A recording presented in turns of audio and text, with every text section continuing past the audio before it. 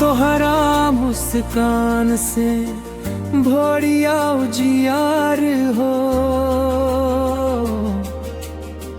तोहरे बिना लागे सुना संसार हो। कनिया के कंगना जैसे खनके दिलवा,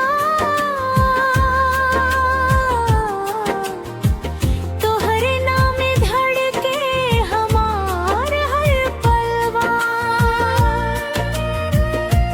नदिया के लहरिया धीरे धीरे बोले, तोहरो ही सुर में मनवा डोले।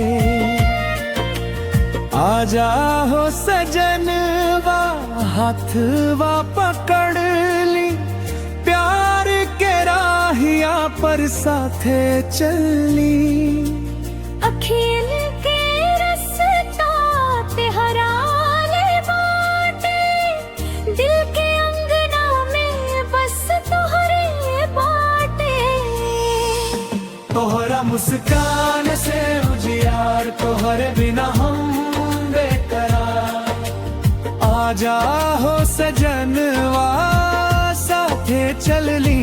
तोहरा मुस्कान से उजियार, तोहरे बिना हम बेकरार।